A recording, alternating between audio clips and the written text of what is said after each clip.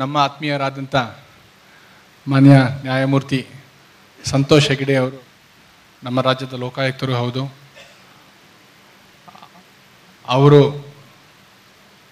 ಅವರ ಅನಿಸಿಕೆಗಳನ್ನು ಒಂದೆರಡು ಮಾತಿನಲ್ಲಿ ನಮಗೆ ಹೇಳಬೇಕು ಅಂತ ನಾನು ಕೇಳ್ಕೊಳ್ತೇನೆ.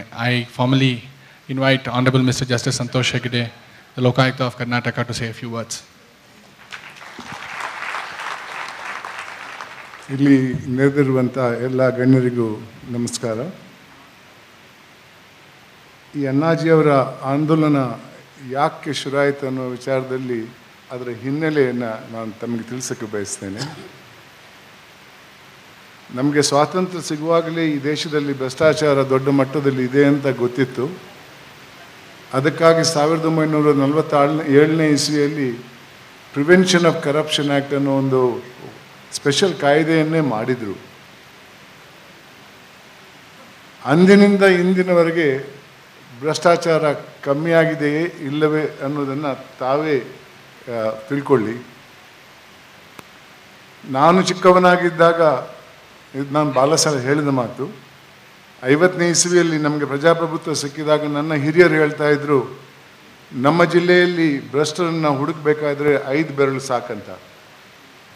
ಇವತ್ತು ನಾನೊಂದು ಲೋಕಾಯುಕ್ತ ಹುದ್ದೆಯಲ್ಲಿ ಕೂತಿದ್ದೇನೆ. ಇವಾಗ ನಾನು ನಮ್ಮ ರಾಜ್ಯದಲ್ಲಿ ನನ್ನ ಜಿಲ್ಲೆಯಲ್ಲೇ ಆಗಲಿ ಭ್ರಷ್ಟರನ್ನು ಹುಡುಕಕ್ಕೆ ಈ ಕೈ ಬೆರಳುಗಳು ಸಾಲಲ್ಲ, ಪ್ರಾಮಾಣಿಕರನ್ನು ಹುಡುಕಕ್ಕೆ 5 ಬೆರಳುಗಳು ಸಾಕು. ಆ ಮಟ್ಟಕ್ಕೆ ಬಂದಿದ್ದೇವೆ ನಾನು. ಇದು ಬರೀ ನನ್ನ ಅನಿಸಿಕೆ ಮಾತ್ರ ಅಲ್ಲ. 1966ರಲ್ಲಿ ಅಂದು ಮೊದಲನೆಯ ಅಡ್ಮಿನಿಸ್ಟ್ರೇಟಿವ್ ರಿಫಾರ್ಮ್ಸ್ ಕಮಿಷನನ್ನು ಸರ್ಕಾರದವರು ಮಾಡಿದರು. ಅದರ ರಿಪೋರ್ಟ್ 66ರಲ್ಲಿ ಬಂತು. ಆವಾಗಲೇ ಈ ಕಮಿಷನ್ ಹೇಳಿದ್ದು, ಆಡಳಿತೆಯಲ್ಲಿ ಮತ್ತು ರಾಜಕೀಯದಲ್ಲಿ ಭ್ರಷ್ಟಾಚಾರ ಭಾಳ ದೊಡ್ಡ ಮಟ್ಟದಲ್ಲಿ ಬಂದಿದೆ, ಇದನ್ನು ನಿಯಂತ್ರಿಸುವ ಅಗತ್ಯವಿದೆ. ಅದಕ್ಕಾಗಿ ಆಡಳಿತೆಯಲ್ಲಿ ಸುಧಾರಣೆ ತರಕ್ಕೆ ಮಾತ್ರ ಅಲ್ಲ, ಭ್ರಷ್ಟಾಚಾರವನ್ನು ಕೂಡ ನಿಯಂತ್ರಿಸೋಕ್ಕೆ ಒಂದು ಕೇಂದ್ರದಲ್ಲಿ ಲೋಕಪಾಲ್ ಅನ್ನುವ ಸಂಸ್ಥೆ ಆಗಬೇಕು, ರಾಜ್ಯಗಳಲ್ಲಿ ಲೋಕಾಯುಕ್ತ ಅನ್ನುವ ಸಂಸ್ಥೆ ಆಗಬೇಕೆಂದ ಸಲಹೆಯನ್ನು ಕೊಟ್ಟಿದ್ದರು. 41 ವರ್ಷಕ್ಕೂ ಮೇಲ್ಪಟ್ಟಾಯಿತು ಈ ಒಂದು ಸಲಹೆ ಬಂದು. ಕೇಂದ್ರದಲ್ಲಿ 8ನೇ ಸಲ ಒಂದು ಕರಡು ಮಸೂದೆಯನ್ನು ಲೋಕಪಾಲ್ ಬಿಲ್ ಅಂತ ತಯಾರು ಮಾಡಿದರು. ಅದನ್ನು ನಾನು ಕಡಾಕಡಿ ಹೇಳ ಬಯಸ್ತೇನೆ, ಅದು ಒಂದು ಬೋಗಸ್ ಬಿಲ್ ಅಂತ. ಅದರಲ್ಲಿ ಯಾವ ಥರದ ಅಧಿಕಾರ ಕೂಡ ಲೋಕಪಾಲ್ ಅವರಿಗೆ ಇಲ್ಲ. ಬರೀ ಜನರ ಕಣ್ಣಿಗೆ ಮಣ್ಣು ಹಾಕೋಕ್ಕೆ ಮಾತ್ರ ನಾವು ಕೂಡ ಒಂದು ಮಸೂದೆಯನ್ನು ತಂದಿದ್ದೇವೆ, ತರುವ ಪ್ರಯತ್ನ ಮಾಡ್ತಾ ಇದ್ದೇವೆ ಅಂತ. 8 ಸಲ ಬಂದಂಥ ಬಿಲ್ಲನ್ನು ನೋಡಿ ಈ ದೇಶದಲ್ಲಿರುವಂಥ ಭ್ರಷ್ಟಾಚಾರದ ಮಟ್ಟವನ್ನು ಕೂಡ ಅರಿತು ನಾಗರಿಕರಲ್ಲಿ ಕೆಲವರು ಕೂತು ಒಂದು ಕರಡು ಮಸೂದೆಯನ್ನು ತಯಾರು ಮಾಡೋ ಪ್ರಯತ್ನ ಮಾಡಿದರು. ಆ ಮಸೂದೆಯನ್ನು ಯಾರ ಜೊತೆ ನಾವು ಚರ್ಚೆ ಮಾಡಲಿ? ಸರ್ಕಾರದ ಜೊತೆ ಚರ್ಚೆ ಮಾಡುವ ಒಂದು ಅವಶ್ಯಕತೆ ಇದೆ. ಅದಕ್ಕೊಂದು ದಾರಿ ತೋರಿಸ್ಕೊಡಿ ಅಂತ ಕೇಳಿದಾಗ ಅಣ್ಣಾ ಹಜಾರೆ ಅವರು ಪ್ರಧಾನಮಂತ್ರಿಗಳಿಗೆ ಪತ್ರ ಬರೆದರು, UPA ಚೇರ್ಮನ್ ಅವರಿಗೆ ಪತ್ರ ಬರೆದರು. ಅದಕ್ಕೆ ಜವಾಬೇ ಬರಲಿಲ್ಲ. ಮತ್ತೆ ಅವರು, ನೀವು ನನಗೆ ಈ ಒಂದು ಸಂದರ್ಭವನ್ನು ಒದಗಿಸಿಕೊಡದಿದ್ದರೆ ನಾನು ಅನ್ನ ಸತ್ಯಾಗ್ರಹ ಮಾಡ್ತೇನೆ, ಆಮರಣ ಅನ್ನ ಸತ್ಯಾಗ್ರಹ ಮಾಡ್ತೇನೆ ಎನ್ನುವ ಮಾತನ್ನು ಹೇಳಿದರು. ಆವಾಗ ಸರ್ಕಾರ ಒಂದು ಕಮಿಟಿ ಮಾಡೋಕ್ಕೆ ಒಪ್ತು. ಅಗ್ನಿವೇಶ್ ಅವರು ಬರ್ತಾ ಇದ್ದಾರೆ. ಸ್ವಾಮಿಯವರೇ ನಮಸ್ಕಾರ.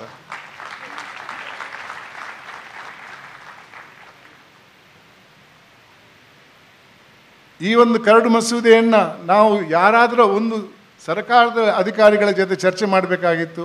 ಅದಕ್ಕೆ ಈ ಕಮಿಟಿಗಳು ಆಯಿತು. ಕರಡು ಮಸೂದೆ ಕಮಿಟಿಯ ಚರ್ಚೆ ನಡೆಯುವ ಸ್ವಲ್ಪ ಮೊದಲೇ ಬೇರೆ ಬೇರೆ ಪ್ರಶ್ನೆಗಳು ಉದ್ಭವ ಆದವು. ಇವರು ಯಾರು? ನಾಗರಿಕ ಸಮಿತಿಯವರು ಒಂದು 5-10 ಜನ. ಈ ಭಾರತ ದೇಶದಲ್ಲಿ ಇವರು ಮಾತ್ರನೇ ಇರುವುದು, ಇನ್ಯಾರಿಲ್ವೇ ಅನ್ನೋ ಪ್ರಶ್ನೆ ಬಂತು. ಆ ಪ್ರಶ್ನೆಗೆ ಸರಿಯಾದ ಜವಾಬು ಜನರು ಕೊಟ್ಟರು. ಅದು ಮತ್ತೆ ಅಲ್ಲಿಗೆ ನಿಂತೋಯ್ತು. ಇವಾಗಲೇ ಅಣ್ಣಾ ಹಜಾರೆಜಿಯವರು ಹೇಳಿದಂಗೆ ಆಮೇಲೆ ಈ ಕಮಿಟಿ ಸದಸ್ಯರ ಮೇಲೆ ಆರೋಪಗಳನ್ನು ಹೂಡಕ್ಕೆ ಶುರು ಮಾಡಿದರು. ಕೊನೆಗೆ ಅದು ನಿಂತೋಯ್ತು. ಇವಾಗ ಕಮಿಟಿ ಚರ್ಚೆ ನಡೀತಾ ಇದೆ. ಒಂದು ಪ್ರಶ್ನೆಗೆ ನಾನು ಒಂದು ವಿಷಯದಲ್ಲಿ ತಮಗೆ ಮಾಹಿತಿ ಕೊಡಬೇಕೆಂದಿದ್ದೇನೆ. ನಾವು ಯಾಕೆ ಈ ಒಂದು ಮಸೂದೆಯನ್ನು ಮಾಡುವ ಪ್ರಯತ್ನ ಮಾಡಿದೆವು? ಇದನ್ನೇ ಸರ್ಕಾರಕ್ಕೆ ಬಿಡಬೇಕಾಗಿತ್ತೋ ಇಲ್ವೋ ಅನ್ನುವ ವಿಚಾರ.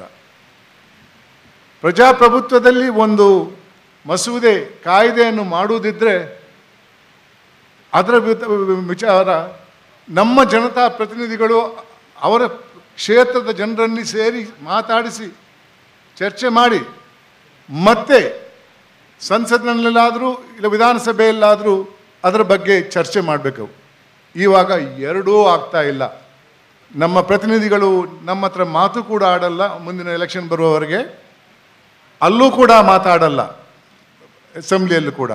ಇದು ನಾನು ಒಂದು ತಮಾಷೆಗೆ ಹೇಳುವ ಮಾತಲ್ಲ. ಡಿಸೆಂಬರ್ 23, 2008 ಪಾರ್ಲಿಮೆಂಟಲ್ಲಿ ಬರೀ 12 ನಿಮಿಷದಲ್ಲಿ 17 ಮಸೂದೆಗಳನ್ನು ಪಾಸ್ ಮಾಡಿದರು. ಎಲ್ಲಿದ್ದರು ನಮ್ಮ ಜನತಾ ಪ್ರತಿನಿಧಿಗಳು? ಅವರಿಗೆ ಆ ಮಸೂದೆಗಳ ಹೆಸರಾದರೂ ಗೊತ್ತಿದೆಯಾ? ಅದರಲ್ಲಿ ಒಂದು ಮಸೂದೆ amendment to the prevention of corruption act ಅಂತ 47ರಲ್ಲಿ ಮಾಡಿದಂಥ ಆ ಒಂದು ಕಾಯ್ದೆಯನ್ನು 2008ರಲ್ಲಿ ಬಲಹೀನ ಮಾಡೋಕ್ಕೆ ಪ್ರಯತ್ನ ಮಾಡಿದರು. ಯಾಕೆ? ಇಷ್ಟೊಂದು ದಶಕಗಳಲ್ಲಿ ಭ್ರಷ್ಟಾಚಾರ ಕಮ್ಮಿಯಾಗಿದೆ ಅಥವಾ ಇದೊಂದು ಭ್ರಷ್ಟರನ್ನು ರಕ್ಷಿಸಲಿಕ್ಕೆ ಮಾಡುವಂಥ ಪ್ರಯತ್ನವೇ? ಅದೇ ರೀತಿಯಲ್ಲಿ ಈ 2010ರಲ್ಲಿ ಇಂದಿನ ಸರ್ಕಾರ, ಕೇಂದ್ರ ಸರ್ಕಾರ ಕೂಡ ಒಂದು ಮಸೂದೆಯನ್ನು ತಂದಿತು. ಅದರಲ್ಲಿ ಏನೂ ಹುರುಳಿಲ್ಲ ಅಂತ ಗೊತ್ತಾದ ಮೇಲೆ ನಾವು ಈ ಚರ್ಚೆ ಮಾಡಿದೆವು. ನಾವು ಈ ಒಂದು ಕರಡು ತಯಾರು ಮಾಡಿದೆವು. ಮಾಡಿದ ಮೇಲೆ ಇದನ್ನು ನಮ್ಮ ಪ್ರತಿನಿಧಿ ಜೊತೆ ಚರ್ಚೆ ಮಾಡಲಿಕ್ಕೆ ಸಾಧ್ಯ ಇಲ್ಲ. ನಮಗೆ ಪಾರ್ಲಿಮೆಂಟಲ್ಲಿ ಹೋಗಿ ಮಾತಾಡುವಂಥ ಅವಕಾಶ ಇಲ್ಲ. ಆದ್ದರಿಂದ ನಾವು ಇದನ್ನು ಸರ್ಕಾರದ ಜೊತೆ ಆದರೂ ಚರ್ಚೆ ಮಾಡ್ತೇವೆ ಅನ್ನೋ ಒಂದೇ ಒಂದು ಕಾರಣಕ್ಕೆ ಈ ಒಂದು ಹೋರಾಟ ಶುರುವಾಯಿತು. ಯಾರಾದರೂ ನಮ್ಮ ಮಾತು ಕೇಳಬೇಕು. ನಮ್ಮ ಪ್ರತಿನಿಧಿಗಳು ಕೇಳ್ತಾ ಇಲ್ಲ, ಸರ್ಕಾರ ಕೇಳ್ತಾ ಇಲ್ಲ. ಆದ್ದರಿಂದ ಈ ಒಂದು ರೀತಿಯ ಆಂದೋಲನ ಅಣ್ಣಾಜಿ ಅವರು ಶುರು ಮಾಡಿದರು. ಅದಕ್ಕೆ ಭಾಳಷ್ಟು ಜನರು ಪ್ರೋತ್ಸಾಹ ಕೊಟ್ಟರು. ಖಂಡಿತವಾಗಿಯೂ ಸರ್ಕಾರಕ್ಕೆ ಇದರಲ್ಲಿ ಅವರ IB ಡಿಪಾರ್ಟ್ಮೆಂಟ್ನವರ ಮಾಹಿತಿ ಇರಬೇಕು. ಇದನ್ನು ಮುಂದಕ್ಕೆ ಹೋಗೋಕ್ಕೆ ಬಿಟ್ಟರೆ ಇದೊಂದು ದೊಡ್ಡ ಅವರಿಗೆ ಅಪಘಾತ ಆಗಬಹುದು ಸರ್ಕಾರಕ್ಕೆ ಅನ್ನೋ ಒಂದು ಕಾರಣಕ್ಕೆ ಈ ಸಮಿತಿಗೆ ಸರ್ಕಾರದ ಜೊತೆ ಚರ್ಚೆ ಮಾಡುವಂಥ ಒಂದು ಅವಕಾಶ ಒದಗಿಸಿಕೊಟ್ಟಿದ್ದಾರೆ. ಆ ನಡುವೆ ಕೂಡ ಬಂತು, ಬರೀ ಒಂದು ಡೆಲ್ಲಿಯಲ್ಲಿ ಕೂತ್ಕೊಂಡು ಕರಡು ಮಸೂದೆ ಮಾಡಿದರೆ ನೀವು ಭಾರತದ ಜನರಲ್ಲಿ ಕೇಳಲಿಲ್ಲಲ್ಲ, ಒಬ್ಬರನ್ನು ನೀವು ಕಾನ್ಫಿಡೆನ್ಸ್ಗೆ ತಗೊಳ್ಳಿಲ್ಲ ಅನ್ನುವ ಕೆಲವು ವಿಚಾರಗಳು ಬಂದವು. ಅದರಿಂದ ಅಣ್ಣಾ ಹಜಾರೆ ಅವರು ಈ ವಯಸ್ಸಲ್ಲೂ ಕೂಡ ಭಾರತ ದರ್ಶನ ಮಾಡೋಕ್ಕೆ ಹೊರಟಿದ್ದಾರೆ. ಆ ಒಂದು ರೀತಿಯಲ್ಲಿ ಬೆಂಗಳೂರಿಗೆ ಬಂದಿದ್ದಾರೆ. ಅವರನ್ನು ನೀವು ಸ್ವಾಗತಿಸ್ತಾ ಇದ್ದೀರಿ. ದಯವಿಟ್ಟು ಆ ಕರಡು ಮಸೂದೆ, ಜನ್ ಲೋಕಪಾಲ್ ಬಿಲ್ ಅನ್ನುವ ಮಸೂದೆಯಲ್ಲಿ ಏನಿದೆ ಅನ್ನೋ ವಿಚಾರವನ್ನು ತಿಳ್ಕೊಳ್ಳಿ. ಇದರಲ್ಲಿ ಯಾರೂ ಒಬ್ಬ ನಮ್ಮ ಇಲ್ಲಿ ಕೂತಿದ್ದಂಥ ವ್ಯಕ್ತಿಗೆ ಯಾವ ಲಾಭವೂ ಇಲ್ಲ. ಇದು ಸರಕಾರಿ ಅಧಿಕಾರಿಗಳು ಮತ್ತು ರಾಜಕಾರಣಿಗಳ ಮೇಲೆ ಮಾತ್ರ ಲಾಗುವಾಗ್ತದೆ. ಅದರಿಂದ ನಮ್ಮ ಒಂದು ಪ್ರಯತ್ನ ನಮಗಾಗಿ ಅಲ್ಲ, ಈ ದೇಶಕ್ಕಾಗಿ, ಇದಕ್ಕಾಗಿ ನಾವು ಪ್ರಯತ್ನ ಪಡ್ತಾ ಇದ್ದೇವೆ. ಇವತ್ತಿನ ಮಟ್ಟದ ಈ ಭ್ರಷ್ಟದ ಮಟ್ಟವನ್ನು ನೀವು ನೋಡಿದರೆ ನೀವು ತಿಳ್ಕೊಂಡಿರಬೇಕು. ಎಲ್ಲಿ 50ನೇ ಇಸ್ವಿಯಲ್ಲಿ ಈ ಭ್ರಷ್ಟರು ತಗೊಂಡಂಥ ಹಣದಲ್ಲಿ 1 0 ಇತ್ತೋ, ಇವತ್ತಿನ ದಿವಸ ಆ 0ಯನ್ನು ಲೆಕ್ಕ ಮಾಡುವಂಥ ಶಕ್ತಿ ನನ್ನಲ್ಲಿಲ್ಲ. ಆ ಮಟ್ಟಕ್ಕೆ ಏರಿದಂಥ ಭ್ರಷ್ಟಾಚಾರವನ್ನು ನಾವು ಏನಾದರೂ ಪ್ರಯತ್ನ ಮಾಡಿ ನಿಯಂತ್ರಿಸಬೇಕು. ಅದನ್ನು ಆದಷ್ಟು ಕೆಳಗಿನ ಮಟ್ಟಕ್ಕೆ ತರಬೇಕು ಅನ್ನೋದೊಂದು ನಮ್ಮ ವಿಚಾರ. ಅದರಿಂದಾಗಿ ನಾನು ಕೂಡ ಇದರಲ್ಲಿ ಸೇರಿಕೊಂಡಿದ್ದೇನೆ. ಈ ಒಂದು ಸಂದರ್ಭವನ್ನು ಒದಗಿಸಿಕೊಟ್ಟಂಥ ಕಮಿಟಿಯವರಿಗೆ ನನ್ನ ವಂದನೆಗಳನ್ನು ಅರ್ಪಿಸ್ತಾ ನನ್ನ ಮಾತುಗಳನ್ನು ಮುಗಿಸ್ತಾ ಇದ್ದೇನೆ.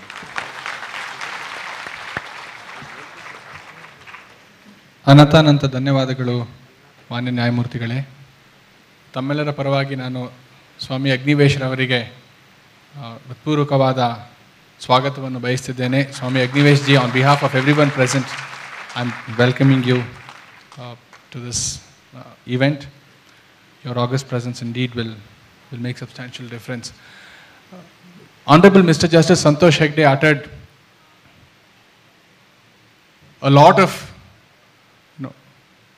very good words of prudence, and a couple of them which I'd like to translate or transliterate for all of you present is that the one thing which he said was there was a time in India where you could count the corrupt in your fingertips. But we have now reached a time in India where you can probably count the honest in your fingertips. The rest of them are corrupt.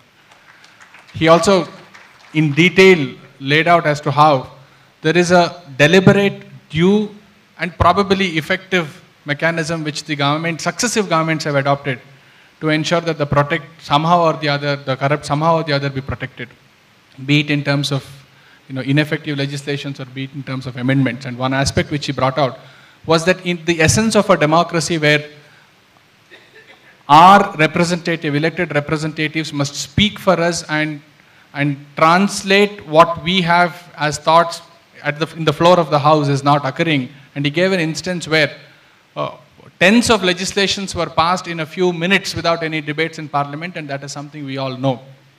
Very clearly, our elected representatives have failed us time and again, and that is the reason why there is a spontaneous movement which has started, and Anna Hazare ji, of course, is the focal point of that movement, and therefore he has called upon all of us to ensure that we give it our wholehearted support and make sure that this culminates into something which is absolutely fruitful.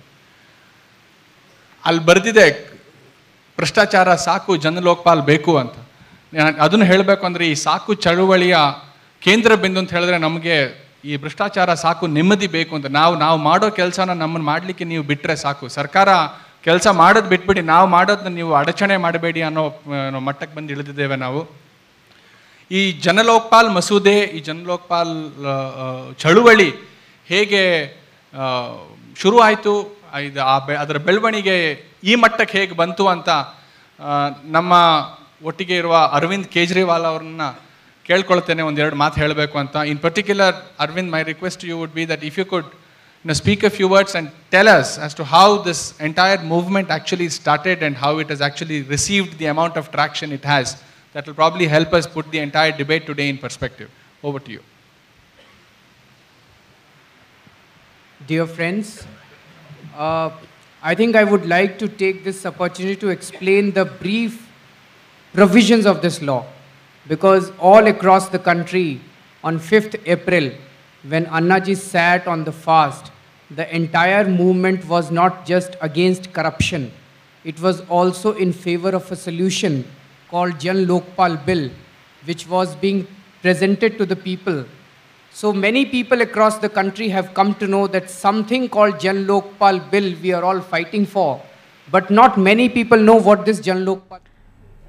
ಬೆಂಗಳೂರಿನ ಇಂದಿರಾನಗರದ ಪುರಂದರ ಭವನದಲ್ಲಿ ಅಣ್ಣಾ ಹಜಾರೆ ಅವರೊಂದಿಗೆ ಜನ ಲೋಕಪಾಲ ಮಸೂದೆಯ ಅಗತ್ಯತೆ ಮತ್ತು ಪ್ರಾಮುಖ್ಯತೆಯ ಕುರಿತಾದಂತಹ ನೇರ ಸಂವಾದ ಕಾರ್ಯಕ್ರಮದ ನೇರ ಪ್ರಸಾರವನ್ನು ವೀಕ್ಷಿಸ್ತಾ ಇದ್ವಿ. ಈ ನೇರ ಪ್ರಸಾರದ ಕಾರ್ಯಕ್ರಮ ಮುಂದುವರಿಯುತ್ತೆ ಒಂದು ಸಣ್ಣ ಬ್ರೇಕ್ನ ನಂತರ.